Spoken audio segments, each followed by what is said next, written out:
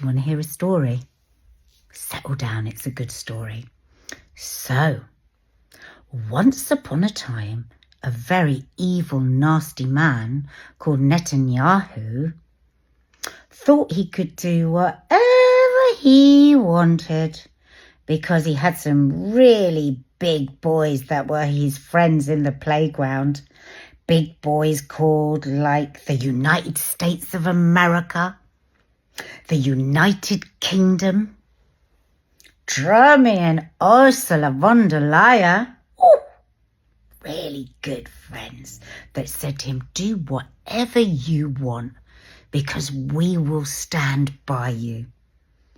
Murder thousands. Hell, have thousands of children's arms and legs amputated.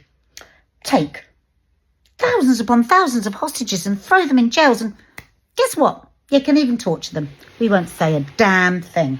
You can starve them. You can deny them water, electricity, education, humanity. Just do whatever you want, and we're just going to stand there. And if anybody says anything about what you're doing, we'll just say Israel has the right to defend itself, and everyone will just shut up and go away. Well, things have gone horribly wrong today for Netanyahu, and I suspect an awful lot of people who have been complicit in the genocide. A lot of the Western media. Oh my God, some of those newspaper owners must be shitting themselves. Oh, I wonder if Keir Starmer and David Lammy are. Well, they probably should be. Anyway, so today it all went tits up because the International Court of Justice issued a warrant for Mr. Netanyahu. They have enough evidence to charge him with crimes against humanity, war crimes. And those war crimes are murder. Go to their website, it's all there. Murder, persecution, starvation for the purposes of warfare. Well, we've seen the pictures, haven't we? We've seen all the photos. We've seen the live stream of babies dying. So we've seen all of that. Displacement, we've seen all of that. People have been moved out their homes multiple times, then their homes have been blown up. We've seen it all, haven't we? But throughout, we have been told Israel has the right to defend itself. And all these people have felt very, very comfortable in themselves. Sorry, I just got to say one thing. Genocidal maniac Biden. Sorry, it's almost like a Tourette's thing. Anyway, so they've issued the warrant for arrest. And he's gone. Netanyahu is like really annoyed because all like his all his big friends in the playground said, just do whatever you like. We'll protect you. And if it all goes wrong, you can just say, everybody's been anti-Semitic. What about me? What about me?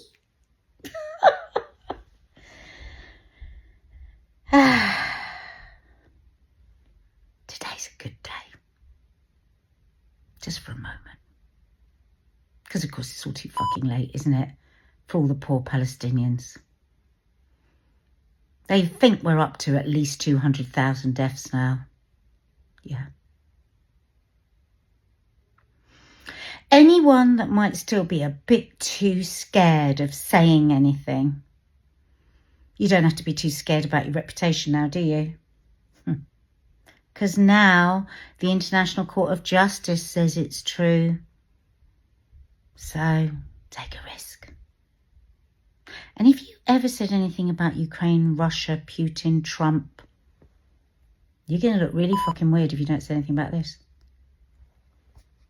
Hi guys, you'd be forgiven for maybe not realising that the International Court of Justice has issued arrest warrants for Benjamin Netanyahu and Yoav Gallant, the two primary individuals, though not the only individuals in the Israeli government responsible for what most humanitarian organisations, most humanists, most aid workers and most rational informed individuals regard as a genocide in Gaza. One of the things that's most challenging about this news is what is going to be the response of Keir Starmer and David Lammy?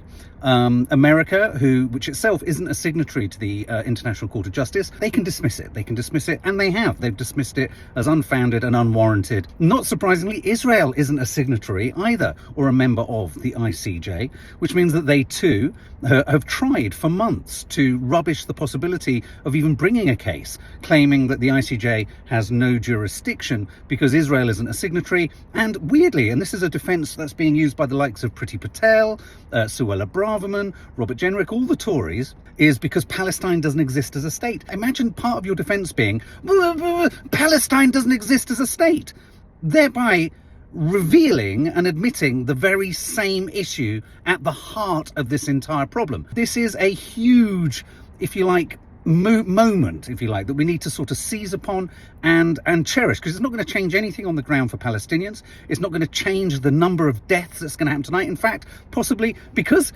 Netanyahu is so sort of sociopathic and psychopathic in his intent, I wouldn't be at all surprised if the IDF and the Israeli foreign policy tonight, tomorrow, and in the ensuing weeks doubles down on its aggressions against the Palestinians. This guy has broken international laws. This government, this army have broken international humanitarian laws left, right, and centre. What now needs to happen is we all need to challenge David Lammy, our Foreign Secretary, Keir Starmer, our Prime Minister.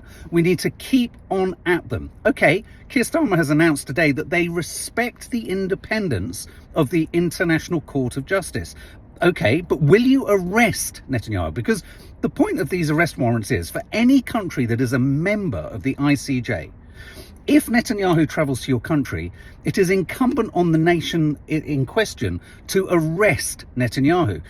Countries like Canada, Ireland, even Holland have said they will issue arrest warrants and actively arrest Netanyahu if he steps foot in their countries. But Keir Starmer has refrained from quite going that far. So let's all keep asking him, will you, Keir Starmer, David Lammy, if Netanyahu were to step in this country, would you issue arrest warrants, or would you enact the arrest warrants and arrest him? That's the question we need to keep asking, and we need to keep pressuring our mainstream media. The BBC News tonight didn't even feature the story in its top 5 headlines. We need to pressure all of our news gathering organisations to now reveal this news, explore this news, and also challenge these leaders, challenge our leaders on this very topic. We need to be asking them repeatedly, will you arrest Netanyahu if he steps foot into our country? That's the most important question. And the other message I would like to absolutely share with all of you blue tickers, all of you so-called journalists, all of you so-called commentators who have quibbled and struggled and wanted to maintain your neutrality and objectivity and haven't been able to say anything because I can't take sides, because that breaches and breaks the whole code of journalistic neutrality, etc. Now you have the ICJ saying that there are enough grounds here to issue arrest warrants. Now that Netanyahu is essentially really a fugitive, if you like, do you think you can get on board with this now? Do you think if maybe you were posting all sorts of things about Ukraine and you were clamouring for Vladimir Putin to have an arrest warrant issued against him, do you think you might be able to do the same now? Have we reached a point now with this news that you are maybe not afraid to go public on such an immoral situation or set of circumstances? Does your moral compass, blue tickers, now allow you to come out in support of the Palestinian people?